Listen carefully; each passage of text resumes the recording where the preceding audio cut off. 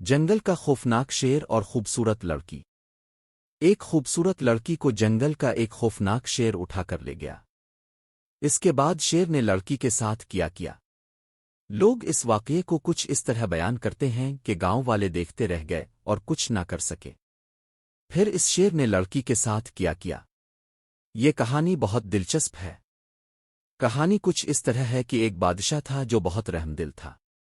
ایک دن بادشاہ اپنے محل میں تخت پر بیٹھا تھا۔ اس کے ارد گرد بادشاہ کے وزراء اور مشیر بھی بیٹھے تھے۔ اتنے میں ایک بوڑھی عورت روتے ہوئے آئی۔ وہ بوڑھی عورت روتے ہوئے بولی، "اے بادشاہ سلامت، میرے ساتھ بہت برا ہوا ہے۔ میں بہت دور سے آئی ہوں۔ میں ایک بیوہ عورت ہوں۔ میرے سر پر کسی مرد کا سایہ نہیں ہے۔ میری ایک خوبصورت بیٹی ہے۔ میں اپنی بیٹی کے ساتھ بہت خوش تھی۔ میرے شوہر کا انتقال ہو گیا۔ میں عدت میں بیٹھ گئی۔ کچھ دنوں تک لوگوں نے میرے گھر پر کھانا پہنچایا اور میرا خیال رکھا۔ لیکن جب کچھ دن گزر گئے تو لوگ کہنے لگے کہ ہم اب کی ذمہ داری نہیں اٹھا سکتے۔ آپ اپنی ذمہ داری خود اٹھائیں۔ میں بھی لوگوں کے سر پر زندگی گزارنا نہیں چاہتی تھی۔ جب میری عدت مکمل ہو گئی تو میں نے محنت مزدوری شروع کر دی۔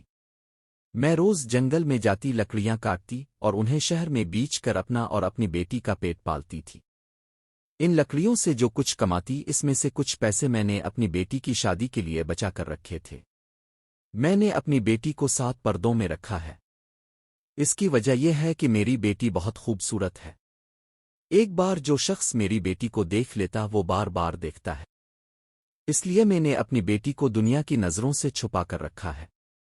لیکن اے بادشاہ سلامت، اب میری زندگی میں قیامت برپا ہو گئی ہے۔ میری بیٹی کی عزت کو میں کیسے بچاؤں؟ بادشاہ نے کہا، جب تم نے اپنی بیٹی کو 7 پردوں میں بند رکھا ہے تو تمہاری بیٹی کی عزت کیسے خراب ہو گئی؟ مجھے کھول کر بتاؤ۔ بوڑھی عورت روتے ہوئے بولی، اے بادشاہ سلامت، میں اتنی لوگوں کے بیچ یہ بات نہیں بتا سکتی۔ بادشاہ نے کہا، آپ کو گھبرانے کی ضرورت نہیں ہے۔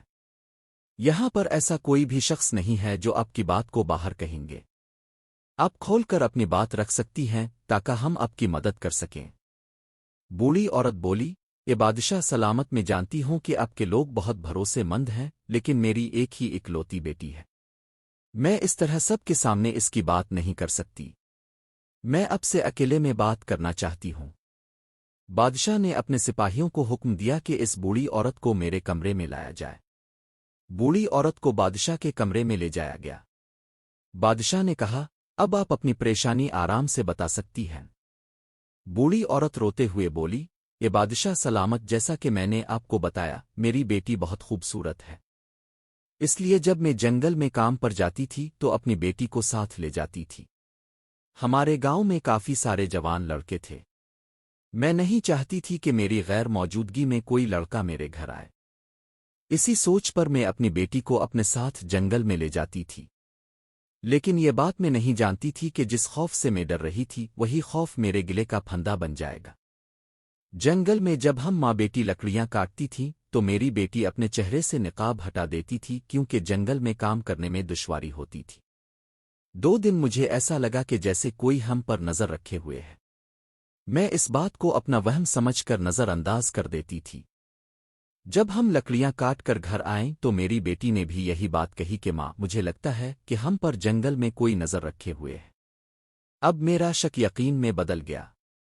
میں نے سوچا کہ آج سے اپنی بیٹی کو جنگل میں نہیں لے جاؤں گی۔ میں اپنی بیٹی کو گھر میں ہی چھوڑ کر جاؤں گی۔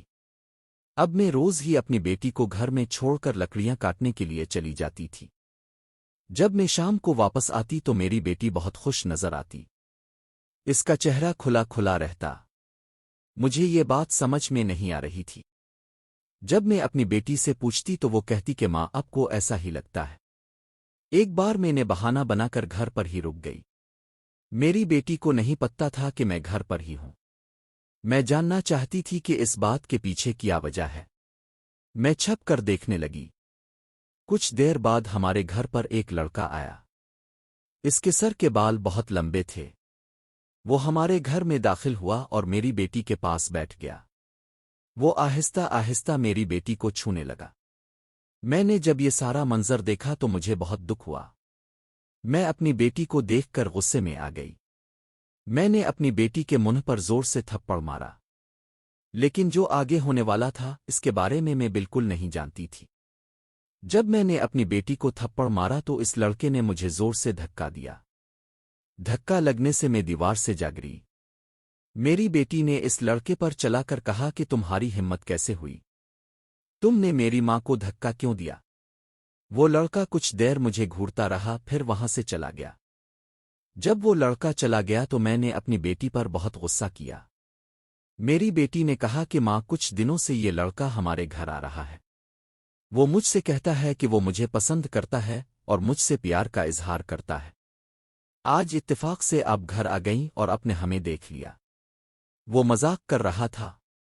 بادشاہ نے جب یہ ساری باتیں سنیں تو انہیں یقین نہیں آیا کہ ایک شیر لڑکی کو اٹھا کر کیسے لے جا سکتا ہے۔ بادشاہ نے بوڑھی عورت سے وعدہ کیا کہ وہ اس کی بیٹی کو صحیح سلامت واپس لے آئیں گے۔ کچھ دنوں بعد بادشاہ نے اپنے سپاہیوں کو حکم دیا کہ وہ جنگل کی طرف جائیں اور لڑکی کو تلاش کریں۔ جب وہ جنگل میں پہنچے تو انہوں نے دیکھا کہ ایک نوجوان لڑکا ایک خوبصورت لڑکی کے ساتھ بیٹھا ہے۔ چاروں طرف شیر گھوم رہے تھے۔ بادشاہ نے لڑکے کو پکڑ لیا اور لڑکی کو واپس لے آیا۔ لڑکے نے بادشاہ کو بتایا کہ وہ جنگل میں پلا بڑا ہے اور شیروں کے ساتھ رہتا ہے۔ اس نے لڑکی سے محبت کی ہے اور اس سے شادی کر لی ہے۔ بادشاہ نے لڑکے کو معاف کر دیا اور اسے لڑکی کے ساتھ رہنے کی اجازت دے دی۔ اس طرح بوڑھی عورت کی بیٹی واپس آ گئی اور لڑکا بھی اس کے ساتھ رہنے لگا۔ وہ دونوں خوشی خوشی رہنے لگے۔ ختم شد۔